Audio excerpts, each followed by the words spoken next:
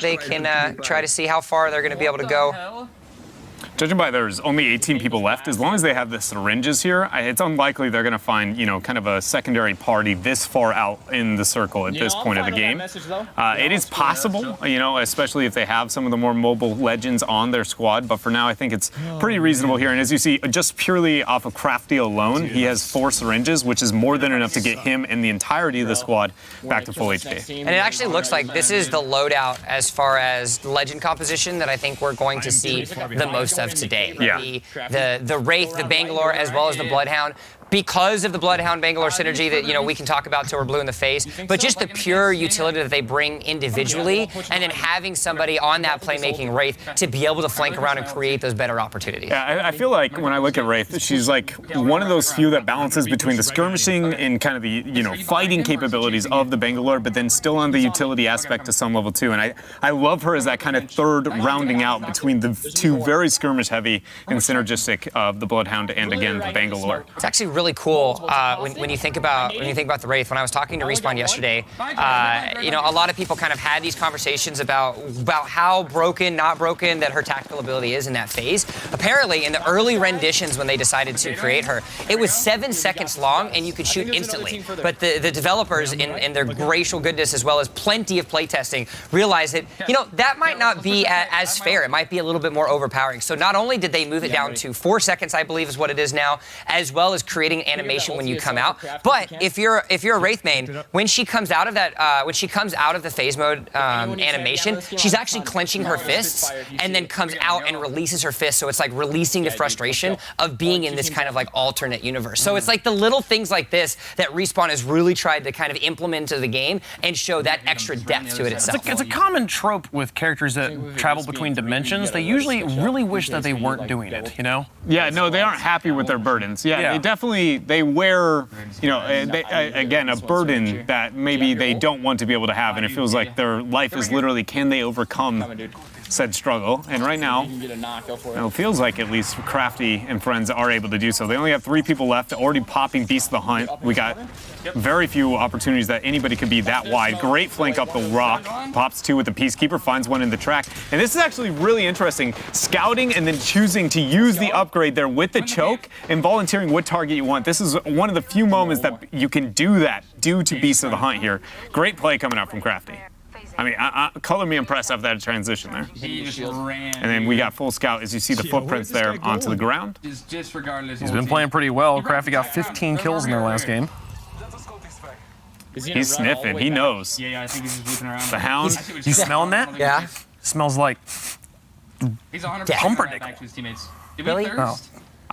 Why Does not? death smell like pumpernickel? No, it smells like death. It doesn't. Pumpernickel smells like pumpernickel. I don't know. We smelled the same thing, but we had very different results. Tastes like So, ooh, interesting. Team MDK has switched to Gibraltar, so we do have somebody playing Gibraltar. North American We got it, Gibraltar! And that means that now every character has been represented in some way, shape, or form. I got the fast kill backpack. A lot of loot here to choose from. What do we end up landing on? Still the choke. Pretty good scout, or scope as well here on the Peacekeeper. I don't know what we have on the Wingman. Ideally, you'd like any kind of magazine increase. Where's this guy go, man? And, basic scoping, you feel pretty good. And goes up the hill. Yeah, he's got a full loadout here. He doesn't have the one-time digital threat that I think everybody wants to have at some point or another. But he does have the Skull Crusher piercing hop-up, which is extremely important if you want that extra damage and you're able to hit those headshots. Yeah, Disrespect now backing to shield and heal. But the rest of the squad's still willing to push up. The Broys have crossed into the 100-point club here. Only 7 points behind Kings Canyon. Hunting for that second place, but right now, somebody's got to catch Reed's money team. And I think there's a very big thing to highlight here that's kind of going on the action, beyond the competitiveness within the standings, within the action in this game.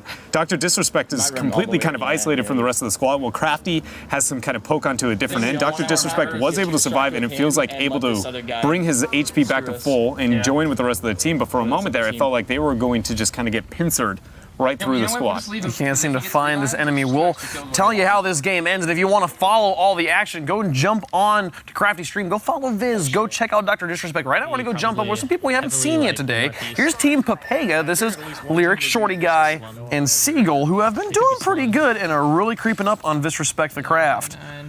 I'm sad to see that Seagull does not have an immediate wingman, but let's be real, that could be loot or just difference of preference. By no means does he have to. It's just that in my head. That was Dreadnoughts, what I wanted to see. But we'll see if they go for it later. And this one here, we're currently watching Lyric. Thinking about picking up the piece. He already has a Peacemaker. You know, he's good to go. Right now, a Peacekeeper. I called it a Peacemaker. Dang it. Yeah, I definitely like set the bad precedent on that one. I called it Peacemaker once. It's like a pacemaker, but just so it's the opposite of a pacemaker, to be honest. I mean, yeah, the pacemaker keeps you alive. The pacemaker restarts your heart when it stops. Somebody over The there. Peacekeeper just stops your heart. Right now, your boy Seagull, though, doing pretty well. 13 kills in his last game. 6, 7, and 9. 6 the fewest kills he's gotten so far.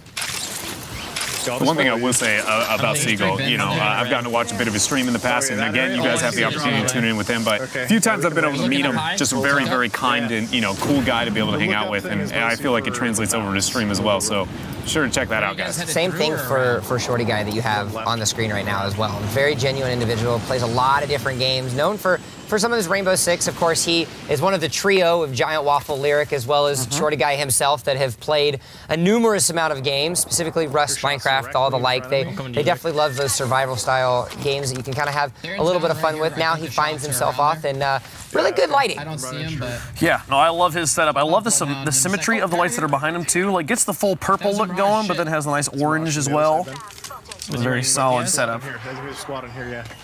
Very like simple but sophisticated look. Not complicated clothing. Oh no, Seagull goes down. Go help him, Shorty. Lyric looks like he's trying to pressure up to be able to help him. Help him, Lyric. He's still revivable technically for a short period of time, now only recoverable on the banner. Oh, but he's reviving him. He's getting Seagull back up. You see the wingman trade, actually almost no damage taken here by Short Man. Or Short Guy, excuse me. Short Man. Shorts Man. Shorts, man! It sounds like a dude who only wears shorts. It's like a never dude. He's like an only short. I believe his first name is Guy. It is. Short Man. And so it is a combination of the fact that he is a short person. It's his nickname, That Shorty. short, though. He is kind of short. He's like almost 6 foot. I don't believe it. You're pulling a Nick Merckx on me right now. I'm just saying, I'm a slightly above average human being, and both of you make me look like a short guy. So I think that was one of the greatest redeeming features is when we have when we're standing in front of the rosters and we both actually can like look each other in the eye. We're just normal people Yeah, we're now. just normal-sized people. Come over and hang out with us. But oh no! You said the shots were gonna hit. Well, just in time. He doesn't want to hear us talk about ourselves. He wants to let us know that he can shoot with the wingman and hit those shots. Indeed, he can. ooh, that headshot back to back there. Only one whiff in between, but it was all that was needed there in that tense moment. Seagull ended up surviving that very risky situation. I say surviving, but what I mean is completely dying, have an ally go res him, and now able to reloot, which, to be frank, other than stats, no difference when it comes to game outcome. Beauty in Apex, though, you know, man? Just getting the people back up, and even when you're dead, it doesn't matter. You can still be respawned. And so we did not get to see anybody actually jump out of the plane and jump back in after being respawned in here, but I hope we get to see that. But let's go check back in with Kings Canyon right now. Dizzy has been doing some pretty crazy stuff, and right now he's at 8 kills in his current game. I'm gonna take the 285. Rocking the Spitfire and Peacekeeper. And that beautiful skin. Every time I just get a little bit more jealous, and I'm like, why don't I have that in my life? If I had a skin that had a melee weapon he could hold, I probably would just run around with it. I would remember to put my weapons away more often because I'd get to see the cool skin. I think That's actually a really good point. There's a tactical advantage to the skin. Yep. Respawn, please.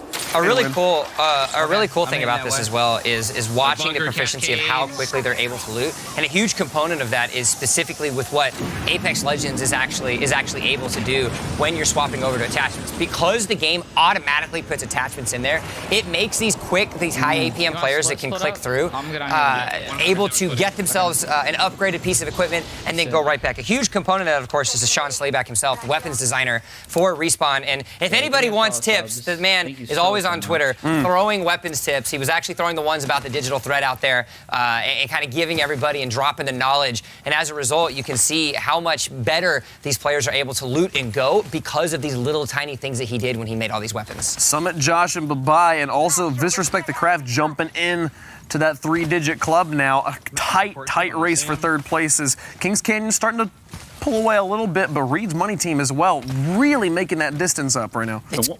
The one thing I was going to say I'm impressed with here is we've been trying to keep some of the momentum and the idea of who's going to get in the groove and like how that looks, right? And it felt like for the moment there, the Broys were skyrocketing. You know, Shroud and friends were really able to kind of step their game up. But then we actually saw that DrDisrespect and friends actually now seem to be finding their groove and kind of rejoining here. It's an interesting decision to kind of stop halfway up the lift there out from Dizzy. I can get to Richard. Yeah. Well, right now, Yeah, I'm ballooning over. Shroud, the player that is, there's so much hype around, and rightfully so. He's an absolute monster. He's been having a bit of a quiet day, only averaging 6 kills a game. Both his teammates averaging at least 7. You know, there's an interesting kind of idea that might come around that, right? And, you know, when we watch Shroud more often than not, how often is he paired with 3 debatably equally skilled players, right? You only have so many enemies that you can kill. And what if that's a situation of, you know, when you put greatness with greatness, it just kind of looks average, right? And that's clearly not saying that he is an average player. No, but it kind of taking away from his lethality that we kind of have known to expect from him. I'm not saying that is the case, but it's something that might be coming to light. Could be possible here. Meanwhile, while all of this is going on, Ninja tries to jump across the roof of the building to scope something out and immediately gets tagged up. He's forced to use a shield battery. He's going to take down one. Thankfully, he's got a giant magazine to Spitfire. He's going to swap over, but he gets tapped on the face. He's going to get knocked down. That's going to be the full takedown. Now, there is 90 seconds for his teammate to get that recovery. You can hear him communicating with his team and saying, guys, I'm going to need a respawn. Yeah, that was a really clutch moment there. You could understand the crouching to go for the swap. I think he didn't have the immediate shot after the swap when he actually revealed himself quite yet. The animation was just finishing.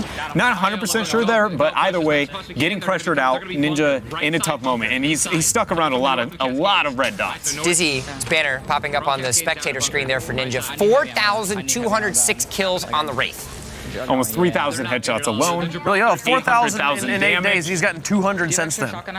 The only number I have, again, even close to that is my grapple, and that's purely because I just grapple too much. You don't even look at the circle. You're just like, whee! No, it's straight up. Is it on cooldown? Okay, we're pressing it. Let's go. So they got to go for the recovery here. We still only have, what, 36 seconds for them to be able to get to that. Portal is going to be laid. There's breathing room and some distance in between that. So Ninja is going to be very weak if he gets the full res. He'll be able to go in, get the pickup, take that portal, and get to the res on the back end very well. Dizzy has a very in, out, jobs done type deal, but the most important thing is that he's late enough that I'm not sure if he's going to fully make it. Yeah, it's going to be really close. 15, 12, 13 seconds left remaining now before, and I think he's going to have to just make this conscious decision of, sorry, Ninja, I'm not going to be able to pick you up here. We need to make sure that we get these eliminations. He recognizes that. He throws the Arc Star out to try to get a little bit of cover fire. Now Dizzy's going to try to pop right over. He's going to come through onto the roof. You can see the mark for the artillery strike, but a nice little spray to be able to get the knockdown. He's going to try to go through. Gibraltar's there, so he's going to have to run through the shield because, as we've noticed throughout the course of the day, it is not breakable.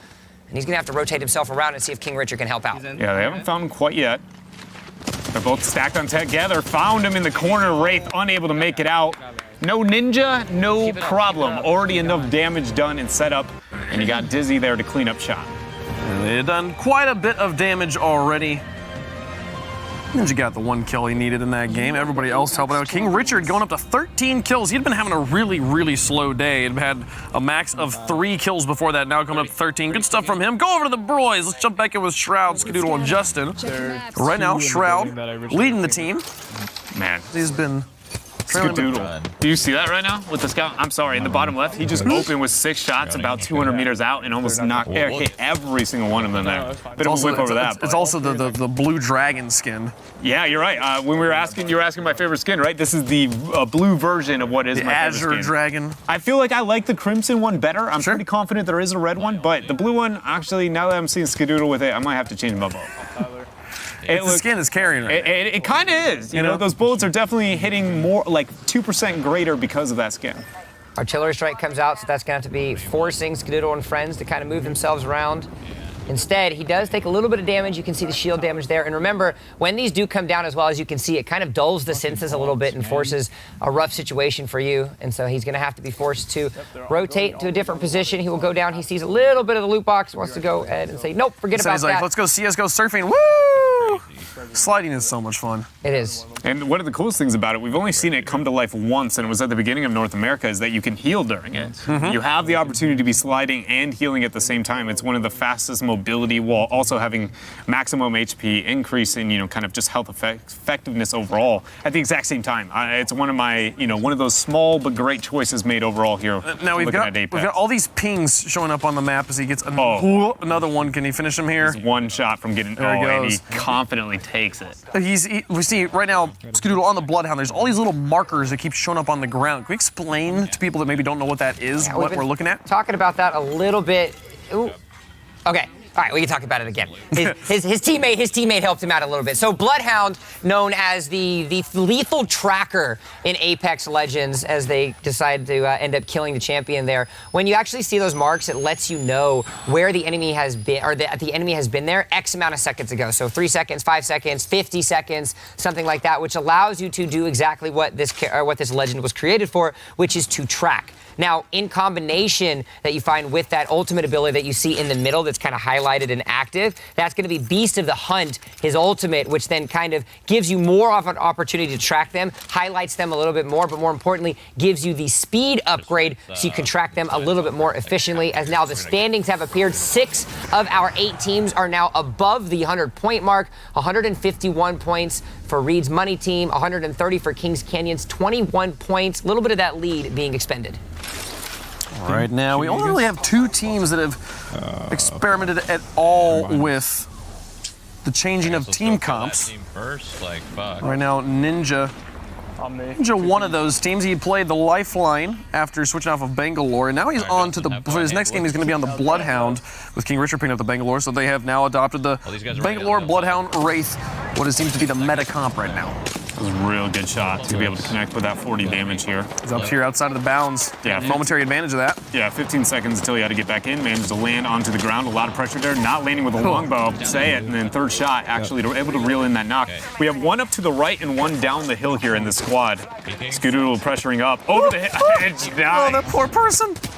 Oh, and a snap rotation to be able to get the execute there. Love it. One more final target shot. practice. One more final shot to make sure he gets that elimination, as well as the extra point onto the kill counter for him. 4 squads, 12 players left alive now. That's 5 kills into the hands of Skadoodle. He's going to do a nice little 55 dink onto some epic armor, and he's going to snap from one side to another as both of the members pop out. Unfortunately, none of those shots are going to be able to hit, but it's doing just enough to occupy them, as it looks like his teammates could have an opportunity to roam around. Still trying to peek.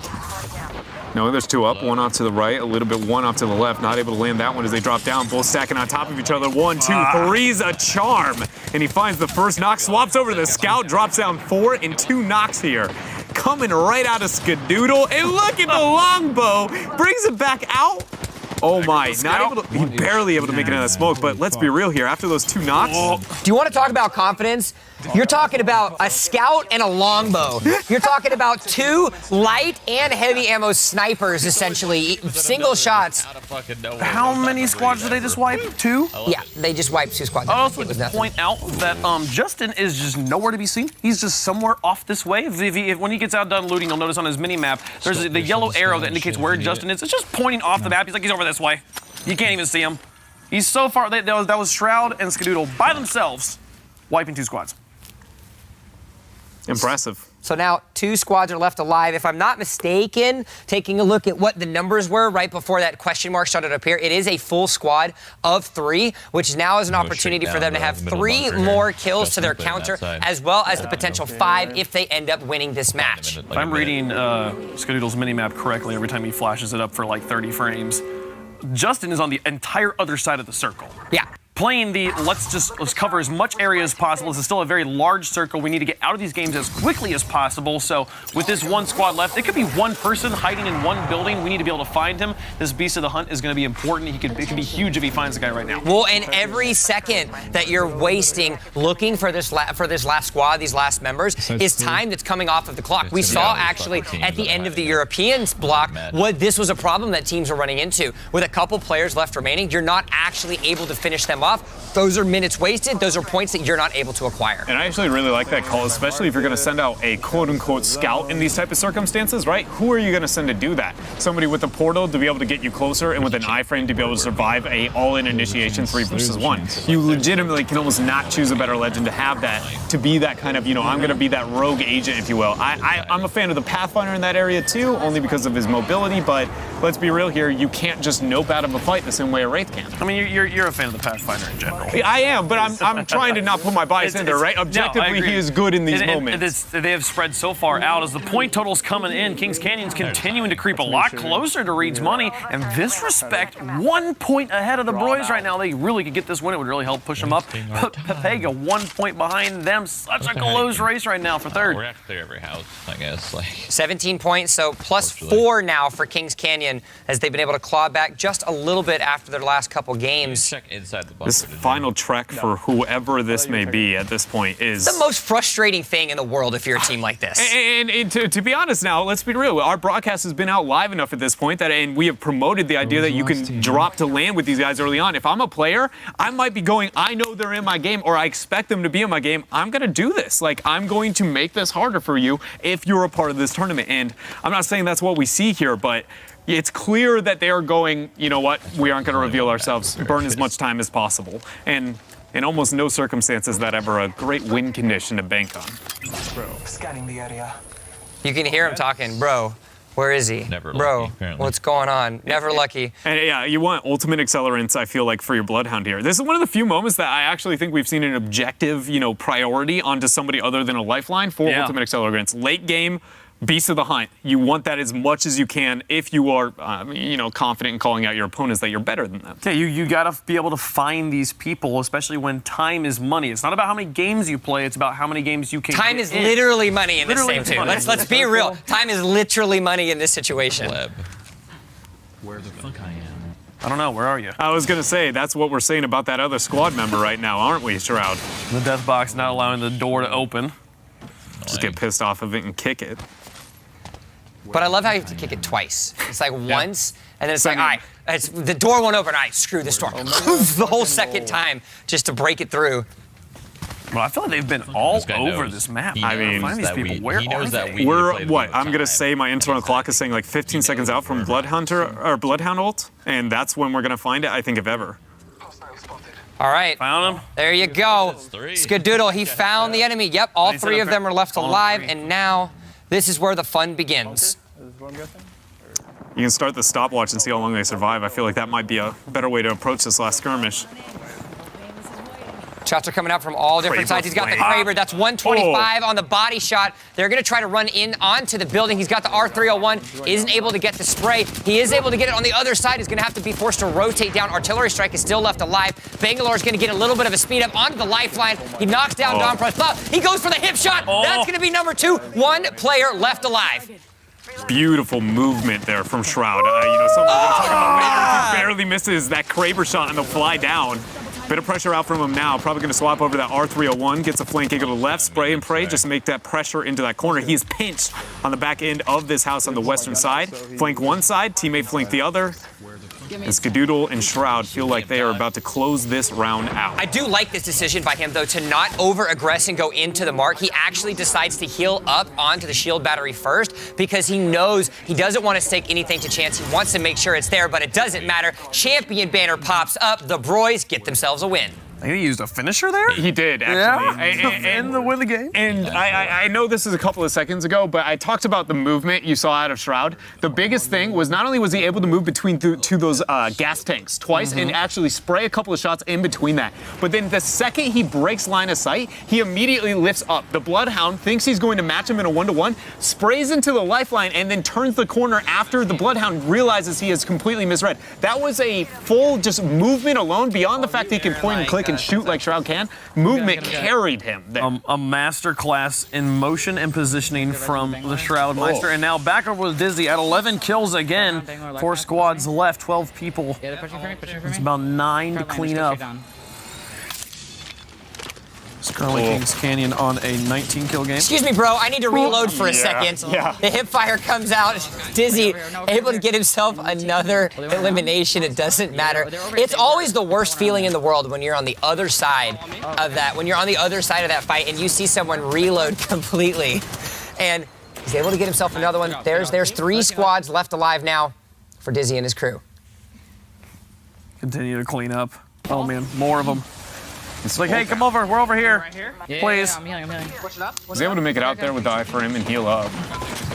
Shield battery comes out. He gets his full shield left alive. He's going to have to go. Now, he has to be careful with both of these clips, and that's going to be a big thing because he's only got 55 plus 43. That's going to be 98 left alive. But he's going to hop over to the edge. He's going to get 1 knockdown on the assist. Another elimination to secure the kill. 2 squads left alive now for Kings Canyon. That was just Craigasm, dude. My goodness, that was very good positioning and rotation there coming out from King.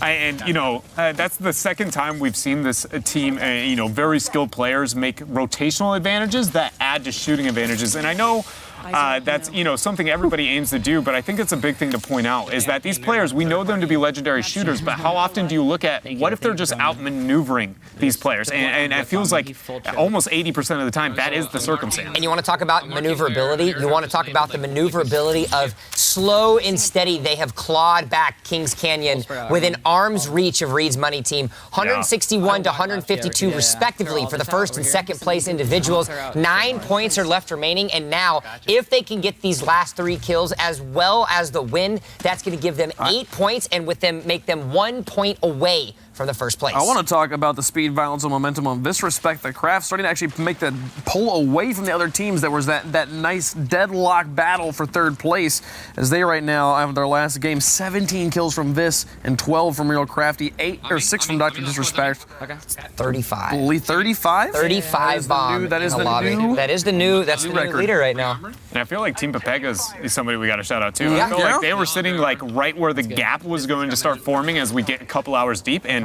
actually broke that, and now are competing with the boys. Their last game, you want to get this?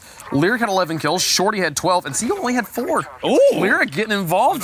Still a 27 bomb for your team. That's a huge amount of points. Add the win as well. 32 points added to the. If you can average 30 points, I think if you can average 30 points a game, that's pretty good, and you're going to be in the top 4. Yeah. You see a tango there in the Cascade section there. Oh, you can hear the shots coming out. The Spitfire is going to get through. You can see the Legend kill leaderboards onto the right side. But while all of this is going on, it's the last opportunity. Oh, his teammate's going to go down, but it doesn't matter. Dizzy picks up the final kill. That's going to be another 5 points. They are within striking distance of Reed's Money team. We talked about how amazing it was that Dizzy was getting like 500 kills on Wraith a day. He's gotten 75 under this tournament. Thank you guys so much. Like, he's almost to 100. He's almost to like half of his daily quota just in a tournament. 16 kills. 33. 33, you heard him say it. And